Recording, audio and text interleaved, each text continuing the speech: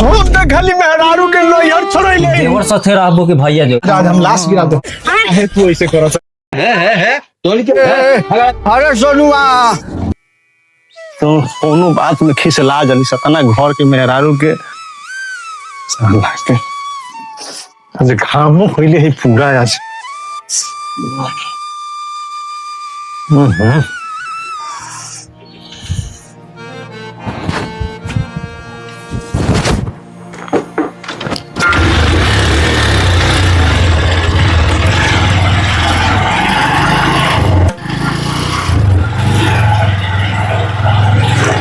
घर के कहानी पार्ट 1 में तो नोक झोंक पति पत्नी में देखनी, बाकी अब देखी पार्ट 2 में के तरह घर में महायुद्ध महालड़ाई होला।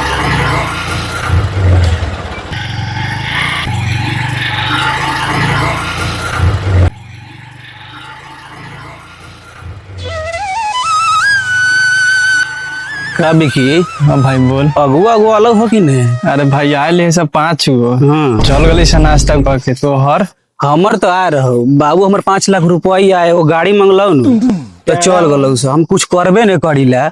बताओ जो लड़कियों देखी उहे ढेर है।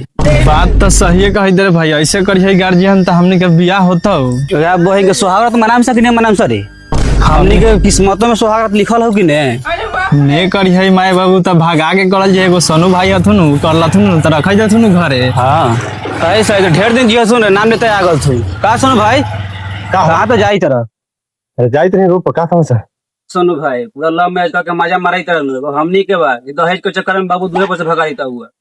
अरे यार ठीक कइलस कि शादी ने कइलस नहीं तो हमारे देख ने पहले हम घर के सीधा ने लिए होइत रही आज रोड पर मेहरारू ला सिंघाड़ा लिया जाई थी ई हमर दासा हो गइल। भाग मर्दे कहन तो भगा के शादी कैले बड़ा तोर तो मेहरारू खूब मानदान करैत होई हवा। मानदान के?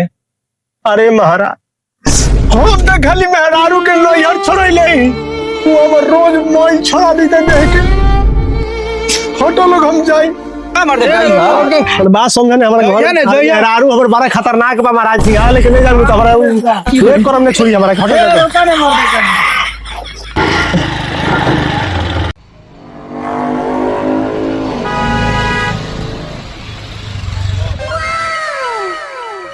का भौजी खाना उना बनल बा कि आज उपास ही रहे पड़ी? सात बन भतार के आगे दत बनैला हमरा के देख के जा भागा कि नहीं आसा। का भौजी अरे हरदम घर में रहबू कबहू तो ठंडा जा कबहू तो प्रेम से बोल। अच्छा वो सब छोड़ा छोटकी भौजी कहाँ बाड़ी? घर में हो कि हम ही ओकरा कांचरा में बांधले का बानी। ठीक बा घर में बाड़ी बतावेला धन्यवाद प्रणाम आदाब। जेबा के ना भौजी शुक्रिया जेबा कि ना हमरे गोदी में खेले वाला हमरे से मजाक करता रहा। भोरे भोरे फेंके जात रही गोबारा काला कोबारा देखनी। भौजी ए भौजी। हाँ बबुआ जी बोली। खाना उना बनल कि ना? ना बबुआ जी 2 मिनट रुकी 2 मिनट में बन जाता। तो एगो बात बताओ भौजी। हाँ बोली बबुआ जी। तू देवर साथे रहबो के भैया जोड़े? हाँ, हम देवर साथे रहम की। अब्बा ये नु भौजाई भइल। ठीक बा भौजी बना के रखा 2 मिनट में आवत तने। हाँ आ खेतों में ले जाए खातिर पैक करके रख दिया ठीक नो? ठीक बा बबुआ जी। ठीक तो भौजी एगो बात कही। हाँ हाँ बोली बबुआ जी। ए भौजी एगो तोहरे लेखा बहिन बा हमर बियाह करा ने द। आही रे दादा हमरो के घर से निकलवा का एगो तो हम आईनी बिना दहेज के तो रोज घर में कल्ला होता आ एक अपन बहिन से बियाह तरा तो पता चले हम तो जइबे करम साथ में हम बहिनी निकाल लेवल जाई। ए भौजी मजाक करैतली। हां ए बबुआ जी ऐसा मजाक ना करी हमरा के हार्ट अटैक दिलाइम का। ठीक बा भौजी हम जाता नहीं। ठीक बा बबुआ जी जाई हम जात हई खाना बना दे तनी। अरे बाप रे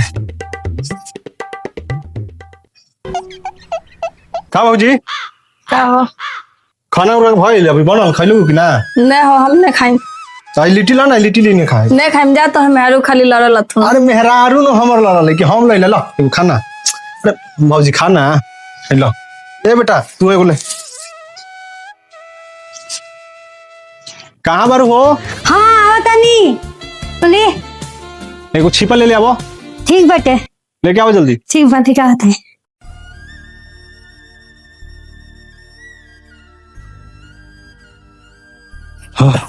बाबू हो उठा ना कहो काले लो अरे भाई रोड पर से तनी लिट्टी ले लेनी हाँ कल घरवा की सिंघार ले ली तो नहीं मिले तो लिट्टी ले ले हाँ हाँ तो ठीक है दे दो लड़कन के ए लो ने वो खाने हम सब लिट्टा लिट्टी खाई ले हाँ अरे सतुआ ना हमरा ले आधा किलो ले तो रोज घोल के सुबह में पियती अब दूसरा दिन लिया दो को लो अरे का सब इधर रबिया के दे दियो आज तो खाने भाई अरे हम ये सब का खाई अब कहाँ कहलिए प्लेट लेके आवेला टिका आ गई यही कहल है कि तनी ले ले आवेला रोड पर से सिंघारा तो नहीं मिले तो लिट्टी ले ले हाँ अरे रोक ले तो ये सब नहीं नहीं खाने बाबू अब भौजी के एगो दिलाई एगो बुआ के दे दिलाई और सब्जी उब्जी बोलो हाँ इका सब्जी दे दी थी लो जा खा लो तो घर में सब दिन तो एक एगो मचले ठीक हो ठीक कहले रही दोकला के 4 गो लेके गई ये एगो लेके अइलक यहो ना दी खाना ना खैला बाबू हाँ बाबू खैली हो ठीक हो खा हम जाइए तनी खाए सुता ठीक हो जा हम आराम करी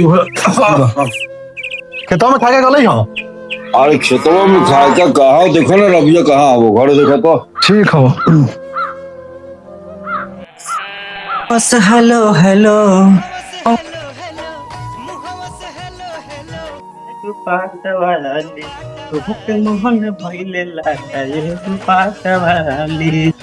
का भैया पार भी कहाँ गए रहो हम रोड पर गए रही वो घरे कहले रही से सिंघारा ले आवेला ले वही लगेला हा हां तो लिट्टी ले मिलो कि ना लिट्टिया कहाँ हमरा मिल रखा लिट्टी जरूर कह दे केने गइले हो केने गइलु हो ए हां केने आओ का कह देनी केने आओ ना अरे रवि के लिट्टिया ना मिलल ह तनी लावन करो के दे दी रवि के मिलबन करल ना रवि सबके देनी है ना मिलल ह पहिला तनी तू खाली ह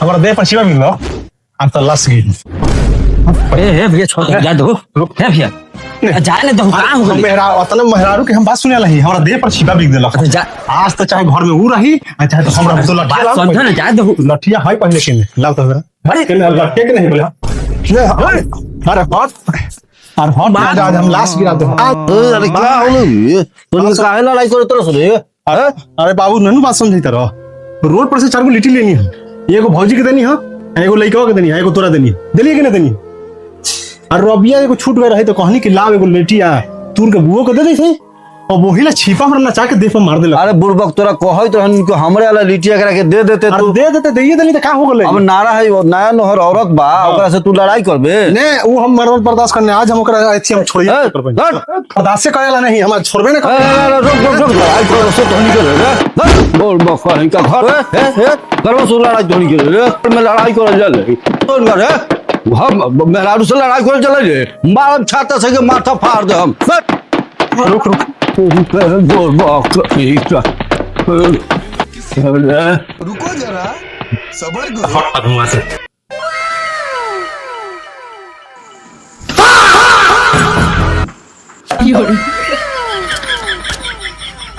कोई जो एक लिटिल हमारी बेइज्जती को देलू कर दनी बेइज्जती है तू ऐसे करा सर का तू बता समझा ना कहले ना हट के अरे वैसन मेहरारू कोनो को होखेला काहे न हो गेल तो हमरा लिट्टी न चाहिए हम कहले रही हमरा लगी लावे खातिर पूरा खानदान खातिर लावे के ना कहले रही तारा के तोरा मनेर से लेके लोदीपुर ले लिट्टी सारा दुकान के फ्री कर दे हमें ना चाहिए हमरा आज जे मिलल रहे वही चाहिए ऐसे बेइज्जती हमरा के मत करो ठीक न का कहियो सब सबसे बड़ा तो बाबू का कहिए कि लो मैंने शादी कैले बा ते मेहरारू से मार खाता अब बाबू तो छोटा छोटका भैया कही कि भैया भौजी से मार खाला तू ये तरह बेइज्जती कर हमार चले तारो ऐसन बा वही मुंह देखा लायक नहीं की तोरा जा ना जा दूसरे लिए आइयो मुंह देखावे लायक नहीं की छोड़ दे तो तू बात काहे नहीं को समझो तू जितना लिट्टी को सिंघारा को हम लिया के दे बाकी वैसे बेइज्जती मत कर ठीक न तू मान जा कितना हमरा के मारे लो हम जाना तानी जा जा नौटंकी मत करो निकलो जैसे तू ना जब ले माफ करबो न तो हम तारा दूर ना छो जा जा माफ कर देने निकलो जैसे लेकिन जा नजर के सामने से दूर हो जा जा अब भी जा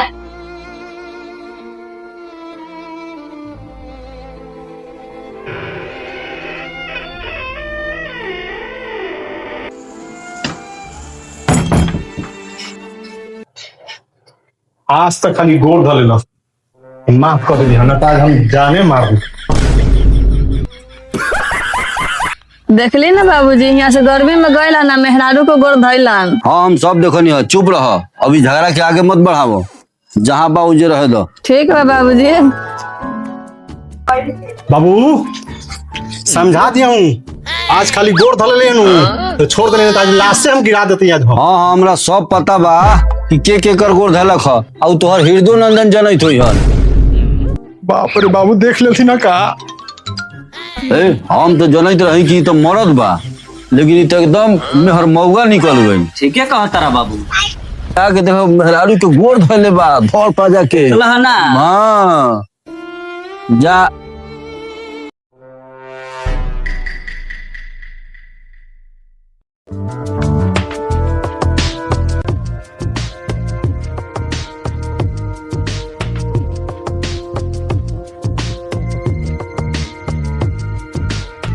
हमार मरद लावेला तो सब लूट लूट के राक्षस ऐसा खा ले सब, आ अपन अपन मरद लावे तो घर में लुका के बैठ के खाइए सब।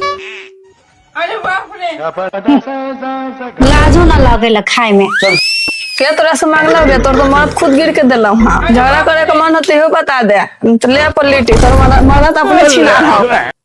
अगे छिन दे तोरा के मरले से काहे के गे? आ को तोरा के बतावत हन, तू हमरा के बता दे, बता तो तनी। रुक आता बताइए दे तनी रुक। तोली के झगड़ा कर मारा। अरे कहाँ गए रे सोनुआ? अरे मार के कपार फोड़ दिलक तोर मेहरारू रे। अरे सोनुआ सोनुआ बाबूजी के मार देला। आपने बचबो रे बबुआ। हाँ कैसे बाबू? अब देख बार मार के कपार फाड़ दिलो रे बबुआ। कैसे हो बाबू? अरे बाबू ले चल डॉक्टर, ले चल सत्यनारायण भरी रे बबुआ। कैसे हो बाबू? हमरा खटिया